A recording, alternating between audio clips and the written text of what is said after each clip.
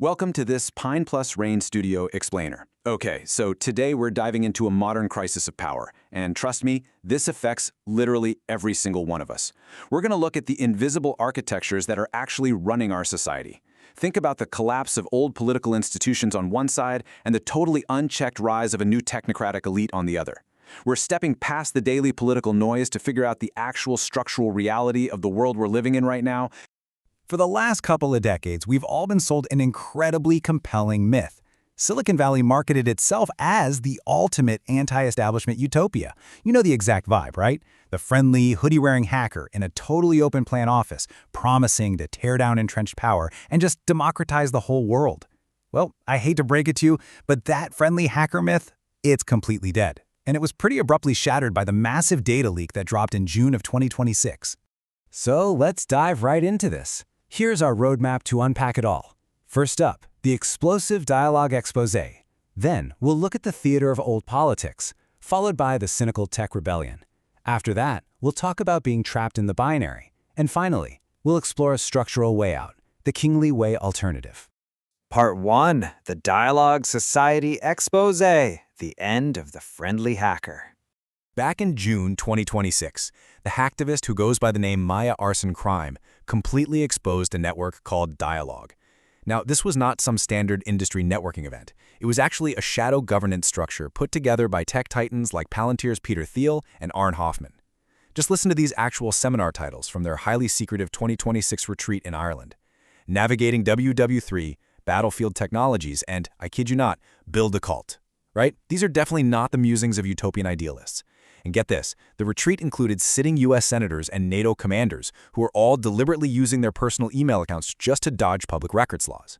What this massive leak basically revealed is that the whole promise to democratize the world was just a facade.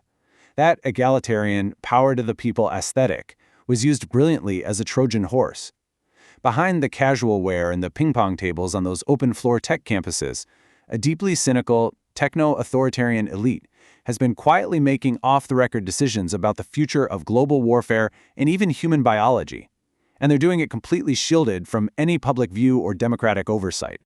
Which brings us to part 2, theater of old politics, the decay of the old order.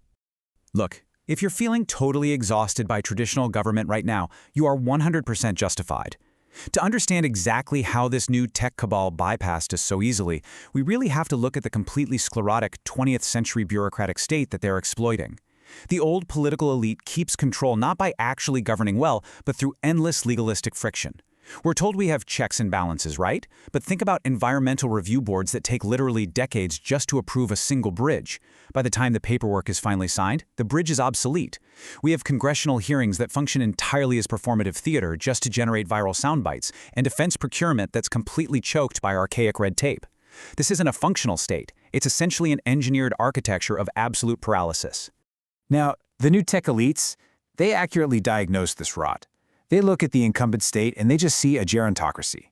It's a system that loves to lecture the rest of the world on democratic values while simultaneously presiding over decaying infrastructure, failing public health, and total technological stagnation. These tech billionaires possess zero patience for a government that has fundamentally forgotten how to build, innovate, or execute anything. Moving to part 3, the cynical tech rebellion. Conquerors, not saviors. The most critical mistake we could possibly make right now is thinking that just because Silicon Valley correctly diagnosed a broken government, that somehow makes them our allies. They are absolutely not arriving as saviors. They're arriving as conquerors. The Dialog network doesn't view the voting public as citizens to be represented. They view us as an irrational biological liability. Seriously. Their entire blueprint is based on secession. They're advocating for transhumanism and radical life extension to quite literally outlive the masses. They're pushing for offshore enclaves and totally unregulated crypto economies so they can legally divorce themselves from the nation-state. And perhaps most dangerously, they're seamlessly fusing their proprietary AI and surveillance tech directly with the US military. These self-proclaimed visionary architects are entirely focused on selfish secession, completely ignoring the public good. So what they're doing is offering the failing state a very specific Faustian bargain. They're trading their high-level technological competence in exchange for shadow governance. They get to secure these massive defense contracts without ever having to deal with the burden of democratic oversight. They're completely bypassing the public, effectively replacing the old, failing elite project with their own totally unaccountable oligarchy. Part 4. Trapped in the binary, the hopeless choice. If you've been feeling suffocated by the current state of affairs, this right here is exactly why. As average citizens, we're basically caught in a tug-of-war between two factions, neither of which represents our best interests. We've been handed a remarkably stark, pretty hopeless choice. In one corner, you've got the 20th century elite, a heavily bureaucratic, paralyzing machine wrapped up in performative democratic theater that just cannot build or adapt to save its life. And in the other corner, the 21st century tech elite, a ruthless sociopathic oligarchy dictating global policy at post-democratic private retreats.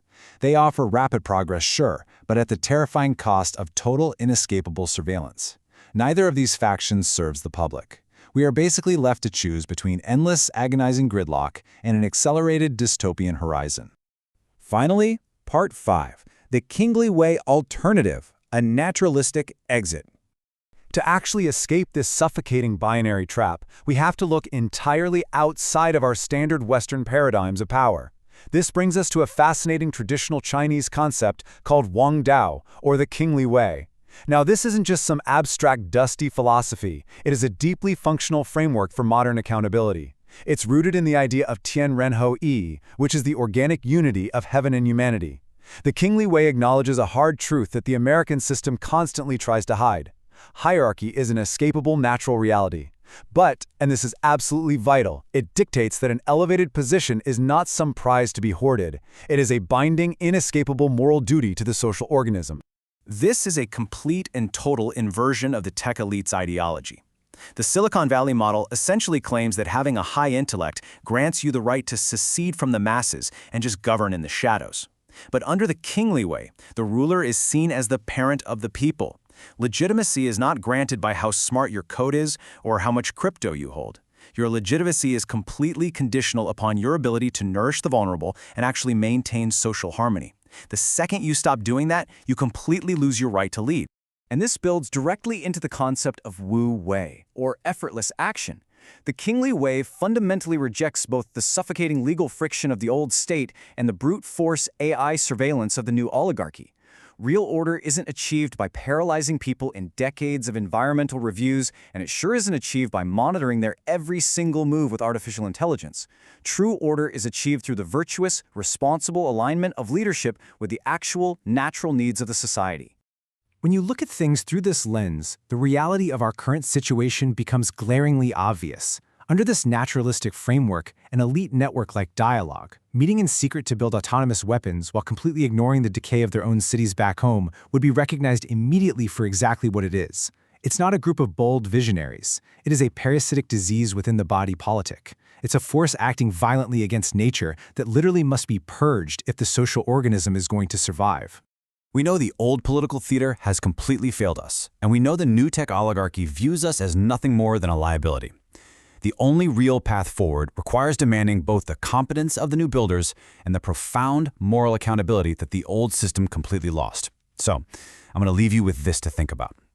Will we demand the moral accountability of the Kingly Way, or are we just going to sit back and allow a parasitic shadow oligarchy to fully consume the body politic? Thanks for joining me for this explainer, and remember, always keep questioning the systems around you,